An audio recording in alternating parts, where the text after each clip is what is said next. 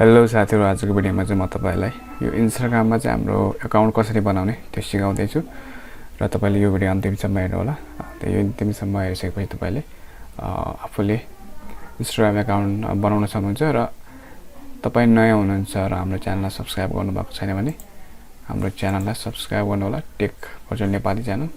Okay, सबैभन्दा पहिले चाहिँ तपाईसँग इमेल हैन हुनुपर्छ। त्यसपछि इमेल र नम्बर भए हुन्छ तपाईलाई। यदि तपाई चाहिँ फेसबुक लगइन छ भने फेसबुकबाट पनि लगइन गर्न सक्नुहुन्छ र तपाईलाई चाहिँ साइन अप गर्नको लागि यहाँ चाहिँ फेसबुक instagram.com जानुस्। त्यसपछि साइन अपमा क्लिक गर्नुस्।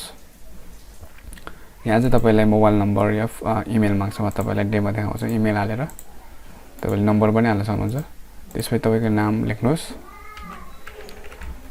त्यसपछि तपाईले आफ्नो चाहिँ युजर नेम राख्नुपर्ने हुन्छ। युजर नेम चाहिँ म यसरी राख्छु हैन। त्यसपछि पासवर्ड राख्नुपर्ने हुन्छ तपाईले। यो चाहिँ लिइसकेपछि तपाईले अरु चेन्ज गर्न सक्नुहुन्छ।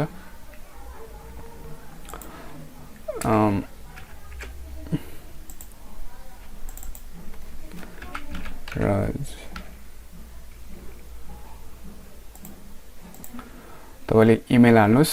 इमेल भन्यो भने मोबाइल नम्बर हाल्नुस् हैन। त्यसपछि नाम हाल्नुस्, फुल नेम हाल्नुस् हैन।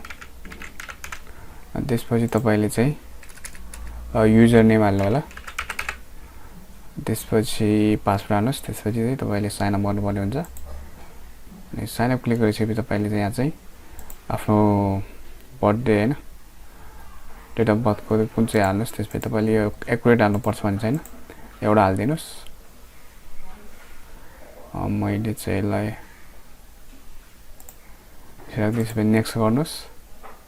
यदि तपाईले चाहिँ अब के रे फेसबुकबाट खोल्नु भएको भने चाहिँ हैन यो गर्नु पर्दैन, सिधै लगइन हुन्छ। यहाँ चाहिँ मलाई इमेल आएको होला सायद यो टेम्पो उसमा।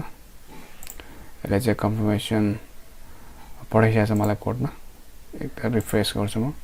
तपाईले इमेलमा चेक गर्नुपर्ने हुन्छ। इमेलमा चाहिँ आएन भने स्प्याम त्यो बक्समा चेक गर्नुपर्ने हुन्छ।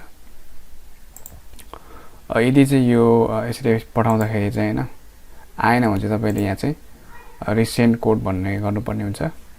मैले चाहिँ यसलाई यहाँ आइसकेको छ मेरो यो कोड चाहिँ म कपी गर्छु। यो उले दिएको छ यहाँ चाहिँ कोड पठाहाल्यो भनेर। यो कोड चाहिँ मैले तपाईले टाइप गर्न पनि सक्नुहुन्छ र यसले चाहिँ कपी पेस्ट गर्दा हुन्छ। त्यसपछि नेक्स्ट गर्दिन्छु।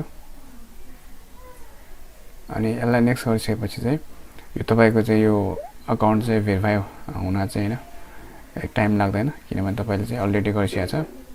अनि त्यसपछि आई एम नट रोबोटमा फेरि पनि गर्दिनुस्। ट्राफिक लाइट हैन।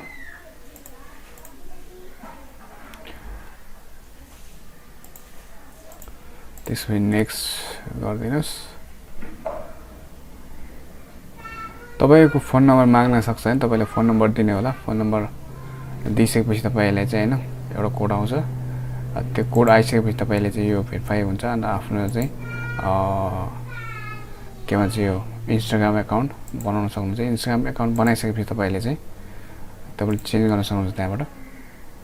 र यसरी गर्नु होला तपाईले। यो चाहिँ एकदम सजिलो छ, तपाईले गर्न सक्नुहुन्छ। र भिडियो हेरिदिनु भएकोमा धन्यवाद। मैले चाहिँ यसलाई एड गरेँ किनभने मेरो अहिले अलरेडी एउटा अकाउन्ट छ। त्यही भएर दुईवटा सिमबाट के एउटा मोबाइलबाट दुईवटा अकाउन्ट खोल्न मिल्दैन। त्यही भएर मैले यसले कन्सेन्ट गरेन। तपाईले चाहिँ त्यही हो, अकाउन्ट गर्नुस् हैन। त्यसपछि यो यसरी खोल्नु होला। भिडियो हेरिदिनु भएकोमा धन्यवाद।